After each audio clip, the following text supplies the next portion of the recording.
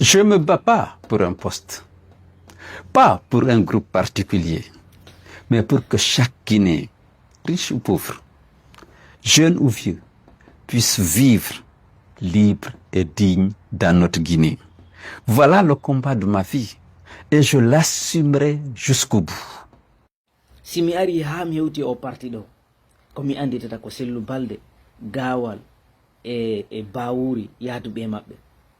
wonnoɓe batanade hankin fiyo gonga ñibo ka leydi meɗen ɓe ari ɓe ɓattiki Alaji Sellu ha ɓe heeɓi grade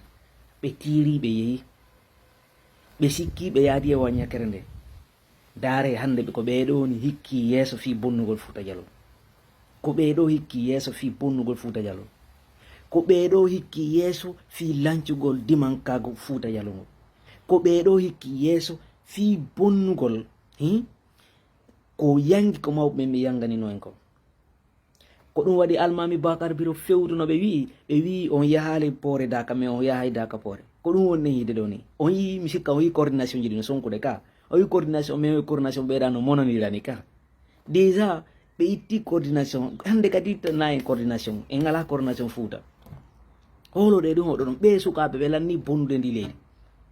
koko Sellu Balde noma ɗo ministre de la jeunesse lawol ngol fecci entre Pita e Labe law seedi few feccere tu feccere ga koko Sellu Balde noma ɗo ɗum waɗi ɗum ɗon ko signe no on wattanali ɗum no yila yimɓe wonɓe batanade fi poste yimɓe wonɓe batanade fi piyoy ko alana wonana yeeyon dimankago moɗon ngon bawurari ko kanko wonno wonduno e force vive no ko kamɓe wonno organise de manifestation ko kamɓe wonno dari darti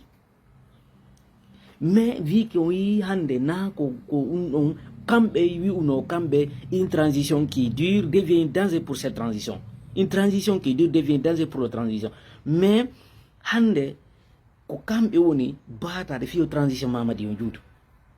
mi wolana on ɗo wona ko andu ɗon wona ko faamu ɗon haysi Mamadi woni légitime guerre on ɓurta on ɗuɗde probléme on ɓurta ton ɗuɗde ka leydi meɗen ko billahi komi mari komi wiyata président Sellu Dalen ɗeɗo hay ka koppi ɓe ittata ko mani ni hay ko popularité ko marɗa ko ɗum okkorɗaɓe ko ɗum ɓe heeɓi ɗo ko ɓe wuura e muɗum mi torike ma président Sellu Dalen wakkilo jama on habbima minen ko ammin andi leader jo minen meɗen ɓawmo ha min maya min Alaji Sellu hay sa lamaki min meɗe weltanima par ce que fiyono a waɗi ko goto waɗali a waɗi ko ɓiɗɗo goto waɗali lagine a waɗi ko goto waɗali déjà ko a lanɗo déjà donc minetama wonuɗo an déjà histoire on andi déjà en place maɗa on ko daroriɗa ɗo goɗɗo wata hewtude ko darɗa ɗo ɓeɗo on dositay ko ɓeɗo Sellu Balde tawi hewtino ko fewnɗen ɗon ko kanko duwano présenté des élections mais dare wiyeyi hoore makko gawal en fop yaltunoɓe wi wo Sellu Dalen ini ronki 2020 awa si tawi Sellu Dalen ronkino 2020 ko noon wonano joni 2025 ɗo mais siɗon faala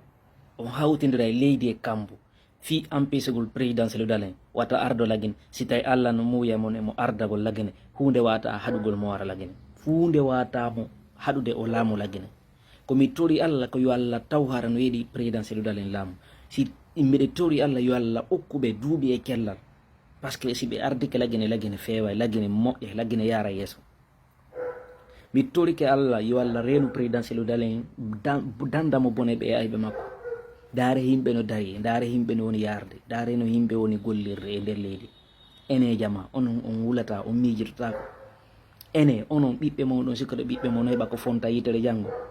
ɓiɓɓe moɗon ɓe heɓata ko ɓe udita guete ɓe heɓata konngol ko ɓe wola janggo par ce que ɓe fuɗto woltoyna ko baabe mo wonno bonnude ndi leydi ala ko wolonno biyenji moɗon ni fof kala mantina ko soɗɗon cuuɗi Europe e Amérique e lagine kala mantina ko waɗɗon si Allah jaɓi prochaine gouvernement fop muɗum revendiquede